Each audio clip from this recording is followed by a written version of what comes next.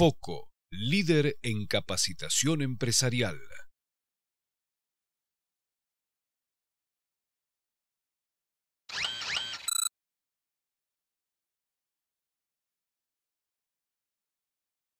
Hola, ¿cómo están? Bienvenidos a un nuevo encuentro de Humanos con Recursos, la primera serie de la televisión argentina dedicada exclusivamente a los temas más importantes del área de los recursos humanos. Como es costumbre, como es habitual, vamos a estar también recorriendo, reflexionando sobre las oportunidades laborales y el mercado del empleo. Pero fundamentalmente, como siempre, vamos a intentar acercar, poner a disposición de ustedes ideas sobre lo que implica manejar gente, gestionar personas dentro de las empresas o de cualquier otro tipo de organización. En el programa de hoy vamos a hablar del liderazgo, uno de los temas centrales en las políticas de recursos humanos en las empresas. Ahora, ¿qué es el liderazgo? Bueno, se puede entender como aquella capacidad que tiene una persona para influir en otra o en un grupo de personas en una compañía. En los últimos años es indudable el impacto que tiene un buen líder en la construcción de empresas más exitosas. Figuras como Steve Jobs con Apple o Bill Gates en Microsoft o en otras épocas Jack Welch en otras compañías dan prueba de ello. Ahora, ¿cómo hace una compañía para formar buenos líderes? ¿Y todos pueden serlos? Naturalmente, en una empresa, a medida que un profesional va escalando posiciones y va creciendo, tiende a tener gente a cargo y eso implica que sea un líder. Ahora, ¿puede serlo? ¿Tiene las competencias? ¿Le han enseñado a hacerlo? Seguramente las respuestas las tendremos que entender en unos minutos nomás. Ahora, importante, distinguir lo que es un líder del liderazgo. No es ciertamente lo mismo. Dicen que el liderazgo es aquello que queda cuando un líder se va. Por eso es más importante armar una cultura de liderazgo que buscar solamente una figura que generalmente es muy protagonista como líder. Y por último, ¿cuál es el rol del líder hoy por hoy en las empresas? Un desafío mayúsculo. La primera responsabilidad de un líder es dotar de sentido, de pasión y de propósito el trabajo de sus colaboradores. La gente tiene que encontrar sentido en lo que su líder le inspire y el sentido no está en la función, sino en lo que la persona encuentra en esa posición. Ahora, en instantes nomás, vamos a estar hablando con tres especialistas en lo que tiene que ver de liderazgo para que nos expliquen con lujo de detalle cómo es hoy la gestión del líder en las empresas en la Argentina y en el resto de América Latina.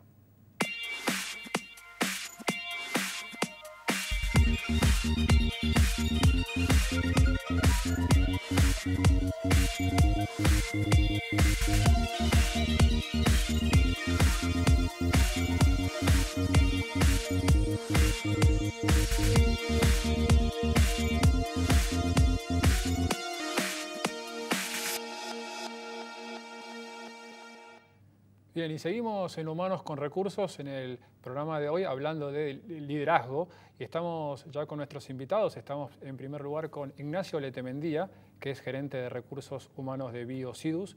También nos acompaña Luis Albain, que es vicepresidente de Recursos Humanos de Pan American Energy y también tiene una actividad docente. Y también estamos con José Luis Roses, que es director del CDL en el ITBA.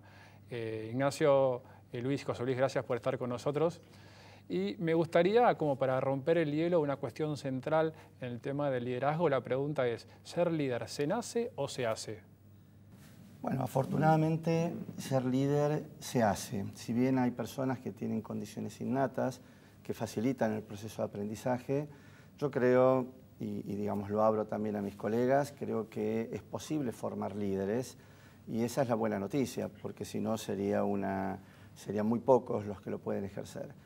No es una formación similar a la que uno forma un manager o un gerente, es una formación distinta, pero es factible. Es una pregunta de las más clásicas en términos de liderazgo, porque lo primero es, en términos casi comunes, uno piensa que hay pocos que nacieron para ser líderes.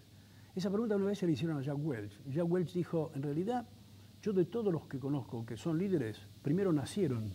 O sea que antes de desarrollarse hay que nacer. Y en realidad lo que dice Luis es cierto, hay una razón antropológica. Los seres humanos provenimos de los simios y los simios tienen condiciones que hacen de imitación y de dominancia, que son las que nosotros replicamos en el día a día. Ahora, lo curioso es que cuando esta pregunta uno lo hace en auditorios masivos y le pregunta sobre todo a directivos quiénes son líderes, Yo tengo una estadística hecha no solamente acá, sino en varios lugares en el mundo. En promedio, en términos, los países latinos levantan la mano el 25% de la gente. ¿Y eso por qué es? ¿Y eso por qué? Porque realmente el estudio Globe de Wharton demostró que hay una conciencia en los países latinos que la palabra liderazgo y la palabra líder está asociada a connotaciones negativas. Lo asociamos a figuras de autoridad, al patrón, al dueño, y no al verdadero sentido que le damos al liderazgo en términos de management, que es algo distinto. Hay una cosa, yo creo que algo se nace, algo se hace en un MBA o en un curso de leadership, pero fundamentalmente se hace trabajando en distintas posiciones, distintos desafíos que te da la empresa y equivocándote. Hay una anécdota del creador de IBM, que había un joven promisorio, ejecutivo, que había perdido $30.000 en un proyecto. Y él creía que lo iban a echar. Entonces va a verlo a Watson y le pregunta cuál es su situación. No, vas a seguir la empresa. ¿Pero por qué? Porque acabo de invertir $30.000 en tu carrera. Bien, era lo que dijiste vos, José Luis, que quiero retomarlo sobre lo que implica el líder. Porque las nuevas estructuras, ustedes me podrán coincidir, tienden a ser más chatas, menos jerárquicas, y también hay una tendencia, sobre todo empujado por los jóvenes, las generaciones sí, a tener un trabajo mucho más colaborativo. Vos decías algo, el liderazgo está concebido, o tal vez mal entendido, como que hay un patrón. Digo, con las nuevas generaciones, los cambios sociodemográficos, ¿cambia lo que tiene que ser un líder? Bueno, a ver, este es el gran dilema que tenemos todos los que tratamos con jóvenes y encontramos que nuestras figuras del pasado han cambiado. Pero yo diría una cosa, cambian en formas, porque una de las cosas que es claro, que los jóvenes, si tienen algún problema con la autoridad, lo que es cierto que aceptan las funciones de liderazgo cuando esa autoridad se ejerce de una forma muy particular. En realidad lo que están en contra los jóvenes es del autoritarismo. Entonces lo que buscan generalmente es la valoración, la ejemplaridad, la posibilidad de poder orientarlos, la posibilidad de poder estar más cerca de ellos. Yo he sido hasta hace poquito, 10 años, vicerrector de una universidad. Y realmente los jóvenes no es que rechazan la autoridad, sino que realmente aceptan un modelo de autoridad distinto que es propio de estas generaciones. O sea que el desafío que tenemos nosotros en las empresas es entender esos nuevos modos. Hay un estudio muy interesante del Conference Leadership Council donde hace básicamente 40 preguntas a una población de gente que trabaja en empresas de distintas edades, distintos géneros, de distintos niveles. Y lo que encuentra es algo muy interesante, que la percepción que tiene todo ese conjunto de personas con respecto al liderazgo tiene muy pocas diferencias independientemente del género, del nivel en la organización o si corresponde a una generación Y o una generación anterior. Y las diferencias son muy pocas, y yo coincido con lo que dice José Luis.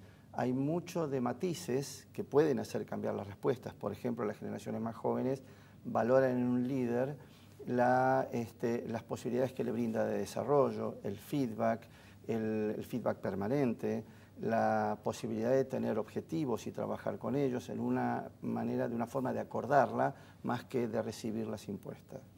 Bien, y hay también un tema que a mí me interesa mucho, que vos lo mencionaste, vos Luis, en el inicio, que es cuando una persona es promocionada, ¿no? La situación es, una persona es promocionada porque tiene un desempeño técnico muy bueno, ¿no? Es consecuencia de estar mucho tiempo en una empresa, 2, 3, 4, los años que hoy haya que estar, pero cuando llega a ser líder o jefe, ahí está también un punto, empieza a fallar, ¿no? Entonces tengo a alguien que tal vez es el mejor contador, el mejor generador de reportes financieros, pero pues cuando tiene que conducir 1 o 2 personas, falla ¿en qué falla? Bueno, en general la falla que uno encuentra es algo que es un requisito básico del liderazgo. Son las competencias interpersonales, porque en realidad muchas veces promocionamos a la gente en función de sus capacidades y habilidades técnicas y no tenemos en cuenta que en la función del liderazgo lo más importante es el hecho de la vinculación y de la relación.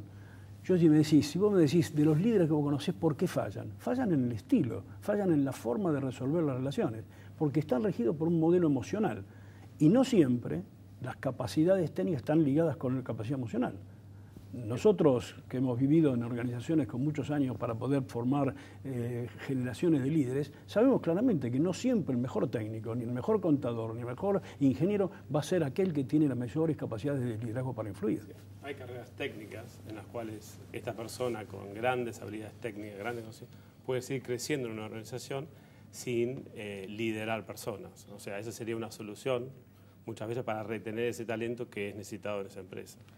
Justamente a partir de esta observación, mucha gente que no es que no tenga condiciones, sino que su interés pasa por desarrollarse como un experto en una determinada área de competencia y que quizás lo que estamos empezando a descubrir es lo que muchos llaman carrera dual, por lo menos en la compañía en la que estoy lo tratamos de implementar, que permite desarrollos de carrera aún a niveles que en muchas de las empresas son niveles de gerentes y de directores, pero en un desarrollo técnico, siendo el número uno referente a una determinada especialidad. Ahora, eso imagino que implica mucha comunicación, porque hay que explicar eso, ¿no? Sí, sí. Internamente a esa persona que está esperando ser promocionado o tener, o tal vez es como decís vos, es promocionado, pero no tengo nadie a cargo, y eso en el mercado tal vez se ve como que mi responsabilidad sí, pero Matías, hay que resolver un problema en las organizaciones. Normalmente hemos hecho las carreras que siguen el modelo piramidal, pensando en que todas esas condiciones van a ser juntas. Yo creo que una de las decisiones más importantes que hacen en organizaciones, sobre todo organizaciones donde lo tecnológico es importante, es separar a veces carreras tecnológicas de las carreras gerenciales. ¿Por qué? Porque las organizaciones requieren tener también líderes tecnológicos, que son gente que está muy especializada y muy conocedora y no necesita de alguna manera estar en carreras gerenciales para poder ascender en sus situaciones de compensación, de beneficios. Entonces, si vos no haces un split de eso, muchas veces te encontrás que llevas al límite de incompetencia, el viejo lema de Peter, a mucha gente que no está preparada para ello. Y como decía Luis, que probablemente tampoco tienen la voluntad y el interés, porque su vida y su desarrollo pasa por otra cosa. Bien, pero para primero hay que conocerlos, hay que estar cerca de esas personas, saber cuáles son también sus intereses. Me gustaría tal vez ahora hacer algo, tal vez para los que lo están mirando, sencillo, y decir, bueno, ¿cuáles son las características que ustedes dicen, bueno, un líder, el mejor líder, ¿qué tiene que tener? Matías, yo creo que tiene que tener criterio, tiene que tener valores fuertes, arraigados, y tiene que tener la habilidad de tomar decisiones difíciles. Gana seguridad un líder en tomar decisiones difíciles y no esquivar a situaciones que tiene que resolver. Yo lo que dice Nacho, que son todas competencias y características básicas, agrego una que para mí es vital, que es que en el desarrollo que nosotros hemos hecho en el CDL con casi más de 700 personas, desarrollo de líderes, hay una primera condición que es a veces dura porque es primero hay que ser líder de uno mismo. Hay una competencia intrapersonal que hay que tener. Es muy difícil ser efectivo líder de los demás si uno no es líder de uno mismo. Y esto lleva a tener un autoconocimiento, a tener una autorreflexión, a pensar cuántas veces yo a través de mis conductas soy coherente, consistente. Y eso es lo que más cuesta. Yo diría más que si uno dice, cuando encuentra a una gente que tiene vocación por querer transformarse, una de las cosas que uno hay que trabajar es, ¿estás dispuesto a pensarte en vos mismo para ser coherente? Pero la empresa ahí, lo decía Luis en el inicio, o sea, dijimos que se puede hacer un líder, ¿no? Entonces, ¿cómo consigue todo esto que vos decís? La organización, recursos humanos, el coaching, los pares, la persona, o sea, ¿cómo es el ejercicio para decir, bueno, yo quiero, pero reconozco que tal vez tengo limitaciones, ¿no? No, bueno, lo primero que tiene que darse son condiciones para el liderazgo, porque el líder solo no existe, el líder puede existir. Primero tiene que tener seguidores. El liderazgo requiere seguidazgo y al mismo tiempo requiere un sustrato en el cual permita que se desarrolle ese liderazgo. Y esas condiciones son la misma organización, que permite que ciertas características que acaba de describir Ignacio y que acaba de decir José Luis se puedan desarrollar y ejercer. Un líder es líder en tanto en cuanto lo puede ejercer. Entonces las organizaciones tienen como mandato generar los espacios para que, por ejemplo, exponer a los más jóvenes a proyectos desafiantes, darles la oportunidad de interactuar con los expertos, permitirles asignaciones internacionales o tener expatriaciones que les permitan entender otras culturas. Es decir, hay una serie de factores que se tienen que dar sumado a la victoria propia que tiene que tener cada líder trabajando con el mismo. Yo creo que un líder es no solamente cuánto poder tiene ese líder, sino qué hace con ese poder. Yo creo que hay un ejemplo claro, que es Bill Gates, líder tecnológico por décadas, pero hoy por hoy es un gran líder, porque con ese poder, con esa riqueza inmensa que acumuló, hoy por hoy es un filántropo, el número 1 del mundo, ha destinado porcentajes enormes de su fortuna y se ha convertido en un gran líder humano, me parece. Bien, y ahora me gustaría tal vez ver el otro lado de la moneda, ¿no? Y tal vez que ustedes tengan el tiempo para explayarse. ¿Cuáles son los errores, ¿no? O sea, más frecuentes que uno ve y dice, mira, esta persona está fallando, se está equivocando en esto cuando es líder? Por ejemplo, asociado a la comunicación, asociado a tal vez conseguir motivar a su equipo. Bueno, arranco porque esta sería una gran lista, pero yo diría más, si uno empieza a hacer balance, yo encuentro del lado de lo que nosotros llamamos el estilo, de la forma de actuar, la mayor parte de los errores. El no saber escuchar, el fundamentalmente actuar con soberbia, en la posibilidad de poder de alguna manera pensar que cuando él tiene algo en la mente ya todo el mundo lo ha entendido.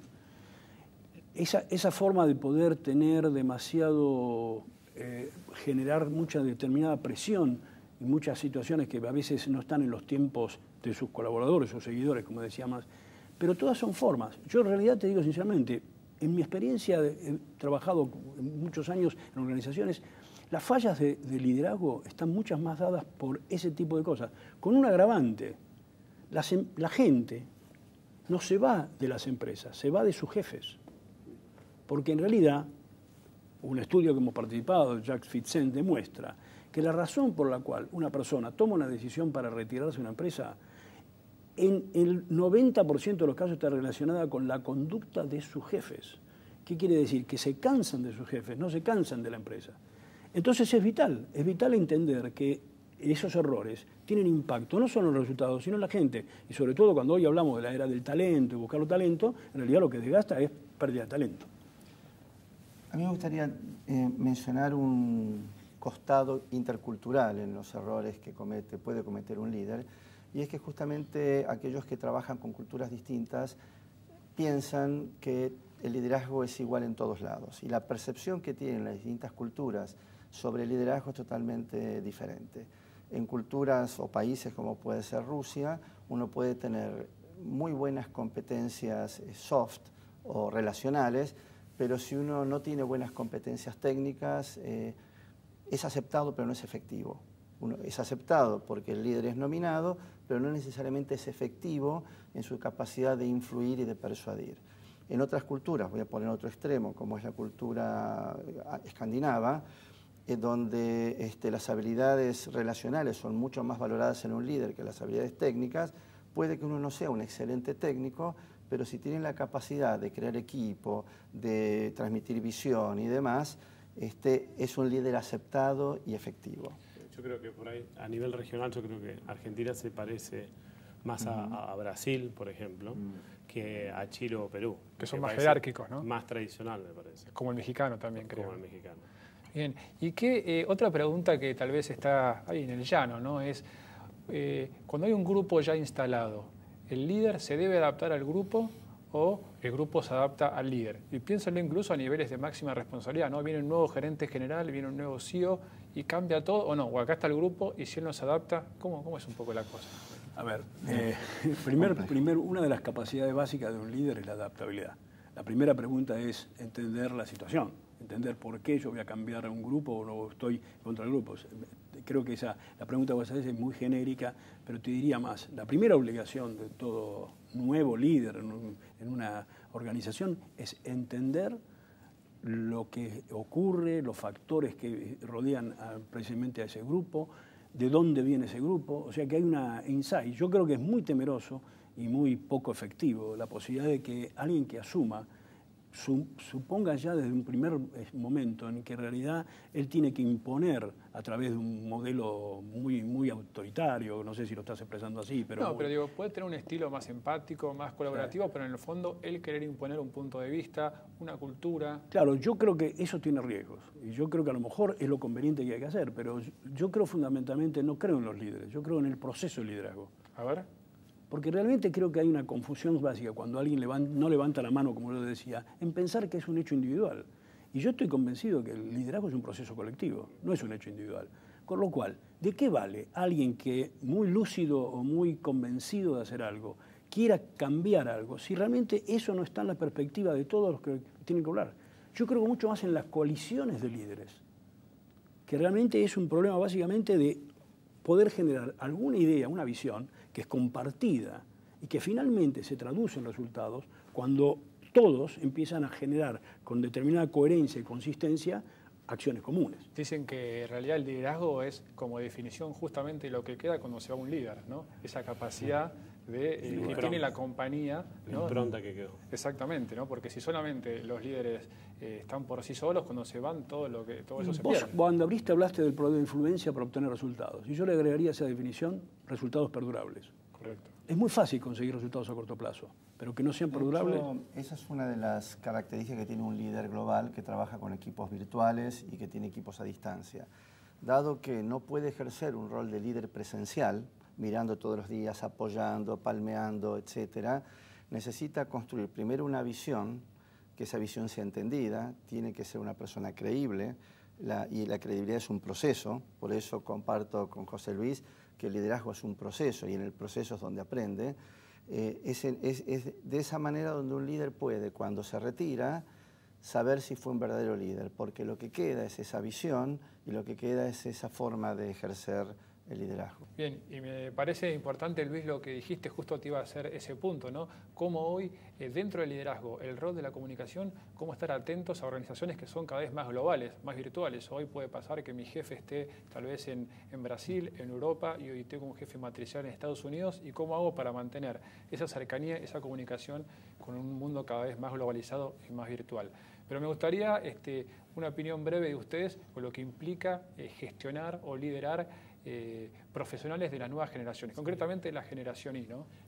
Yo creo que antes el poder estaba concentrado arriba de la organización. Hoy por hoy está más diluido, hay menos niveles jerárquicos. Entonces la persuasión y la inspiración hacia jóvenes es fundamental. Antes se ejercía el liderazgo por coerción o por la fuerza, que hemos salido un poco de eso y ha ocurrido una evolución de la sociedad en general. Las sociedades son más democráticas. Vas a tener mayores desafíos de autoridad, con respeto y con disciplina eso se puede superar y podemos seguir trabajando con esos desafíos que están ocurriendo y hay que estar mucho más cerca de esos niveles nuevos que están ingresando a nuestras organizaciones. José Luis, vos dijiste que tenías hijos, tenés nietos. Sí, con lo cual tengo un experimento cotidiano de varias generaciones en simultáneo. ¿Qué pasa concretamente? Cuando sos un jefe, un líder, viene un reporte y me dice, José Luis, estoy muy contento acá, pero me voy a ir 6 meses a Nueva Zelanda porque, no sé, me levanté así hoy. Sí, en realidad hoy nosotros nos encontramos con preguntas y con posiciones que jamás nos habíamos imaginado, inclusive desde el reclutamiento, en la selección, hacen preguntas, por ejemplo, los chicos dicen, a ver, ¿cuál es el día, por ejemplo, los jueves? ¿Puedo salir más temprano porque hago pool o porque de alguna manera el viernes a la mañana hago yoga? ¿Viste? Todas esas cosas que eran preguntas descalificadoras en cualquier selección antigua. Pero hoy yo creo que eso es muy genuino. Y yo creo que el gran desafío que tienen los gerentes y las organizaciones es adaptarse a eso. Ahora, hay algo que acá se dijo.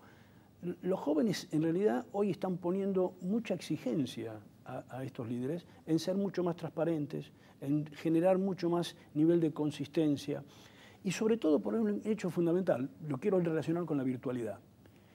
Hoy el tema de redes permite tener un nivel de información de lo que ocurre dentro de las empresas que muchas veces no ocurre en la relación cotidiana. Es decir, el Twitter o el Facebook pone en relación de comunicación afuera o adentro mismo de la organización, dentro de las redes, datos que nosotros antes formaban parte de los que llamábamos los undiscussables, lo que no se discutía. Hoy muchas de esas cosas que no se discuten están en las redes. Con lo cual es un motivo, de punto de vista de ser mucho más coherente y mucho más sensible a qué es lo que está pasando. Yo creo que vamos a un modelo, precisamente por este cambio generacional, a un modelo de liderazgo que yo admiro, mucho más democrático, pero yo lo veo más sano. Yo creo que es mucho menos especulativo y menos cínico que lo que era a lo mejor en mi época.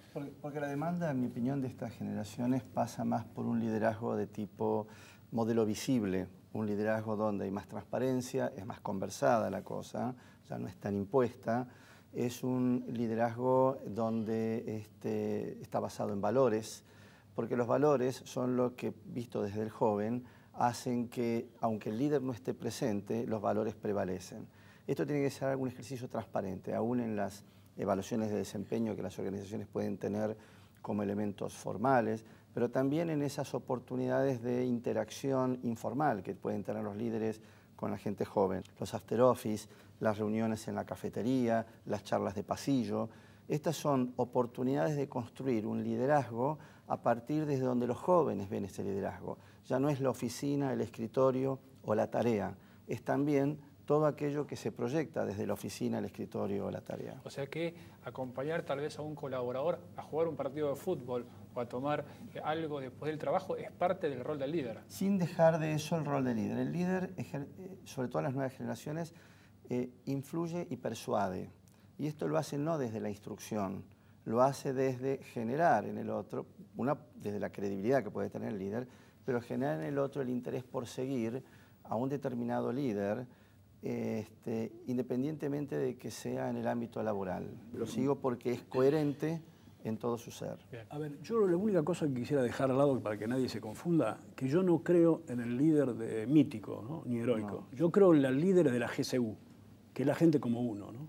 O sea que en realidad no imaginar que todo lo que dijimos esto es para unas pocas personas. Todos pueden serlo. En realidad todos deben serlo. Bien. Todos deben serlo. Bien, se nos acaba el tiempo ya, gracias José Luis, Luis y Ignacio también. Solo quiero agregar, sí, un tema que me parece muy importante con el líder, que el rol número uno o la función número uno de un líder es dotar de sentido el trabajo de sus colaboradores, ¿no? Que le pueda dar el propósito, la pasión que tienen en cada día. Ese es el deber número uno y si no, como dijo antes José Luis, seguramente la persona que trabaje conmigo tal vez se vaya o renuncie. Bien, hasta acá llegamos entonces en el programa de hoy. Como siempre, si quieren revivir este u otros temas del programa, pueden seguirnos en nuestras redes, en Facebook, en Twitter, en YouTube y en LinkedIn estamos, también en nuestra dirección de correo electrónico o a través de nuestra página web. Y recuerden que todos los miércoles también nos pueden seguir por la radio en FM Millennium 106.7. Hasta la próxima. Chao.